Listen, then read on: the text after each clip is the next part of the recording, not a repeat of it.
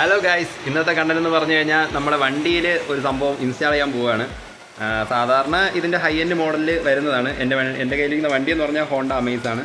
അപ്പോൾ അതിൻ്റെ ഒരു ഐറ്റം വാങ്ങാൻ വേണ്ടി പോയി, അതെടുക്കാൻ വേണ്ടി പോയപ്പോൾ നനഞ്ഞതാണ്. പിന്നെ ഈ നനവിൽ തന്നെ അതങ്ങ് സെറ്റ് ചെയ്യാമെന്ന് വിചാരിച്ചു. മാറ്റി വെച്ച് കഴിഞ്ഞാൽ പിന്നെ അങ്ങ് മാറിപ്പോകും. അതുകൊണ്ട് ഇതൊന്നൊരു കണ്ടൻറ്റുമായി വണ്ടിക്ക് ഒരു അഡീഷണൽ സെറ്റിങ്സുമായി. അപ്പോൾ എന്തായാലും നമുക്ക് ആ സാധനം കാണാം. മഴക്കാലമല്ലേ, അതുകൊണ്ട് എന്തായാലും നമ്മുടെ വണ്ടിക്കും ഇരിക്കട്ടെ ഒരു ഐറ്റം എന്ന് വിചാരിച്ചു. അപ്പോൾ വേറൊന്നുമല്ല, വണ്ടിയുടെ മഡ്ഗാർഡാണോ മഡ് ഫ്ലാപ്പ് എന്നാണ് അതിനെ പറയുന്നത് അറിയത്തില്ല. ഇതാണ് സംഭവം.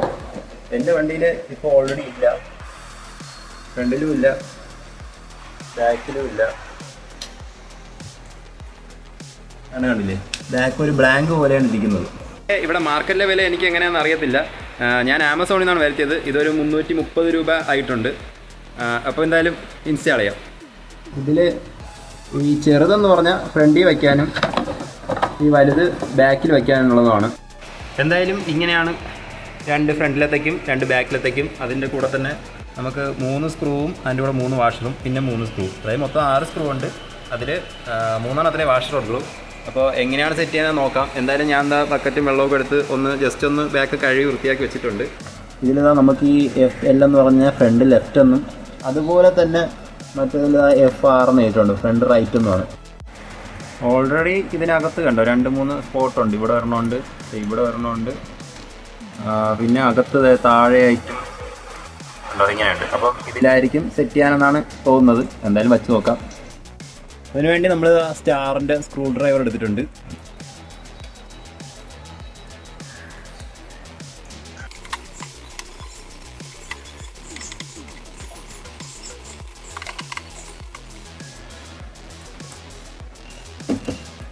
അപ്പോൾ എന്തായാലും അത് സെറ്റായിട്ടുണ്ട്. ഇനി അടുത്തത് നോക്കാം. ഇത് നമുക്കതാ ഇവിടെ ഇങ്ങനൊരു മാർക്കിങ് തന്നിട്ടുണ്ട്. ഈ മാർക്കിങ് ഹാർട്ടുടയിൽ കയറ്റാം.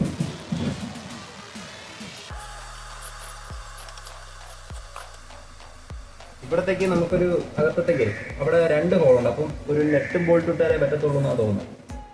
അതുപോലെ തന്നെ ഈ ബാക്കിലും ഈ ബോഡിയിൽ ഒരു ഹോളുണ്ട്. അപ്പോൾ അതിന് നെറ്റും ബോൾട്ട് തന്നെ വേണം. ഇതാണ് ബാക്ക് വ്യൂ. ബാക്കിന്ന് പക്ഷേ മുന്നേ നോക്കുമ്പോൾ ഒരു ഹോളായിരുന്നു. അപ്പോൾ അത് സെറ്റായിട്ടുണ്ട്. പിന്നെയെന്ന് പറഞ്ഞാൽ എൻ്റെ വണ്ടി വേറൊരു ലുക്കായിരുന്നു. ഇത് ഞാൻ ഇളക്കി മാറ്റി വെച്ചിരിക്കുക.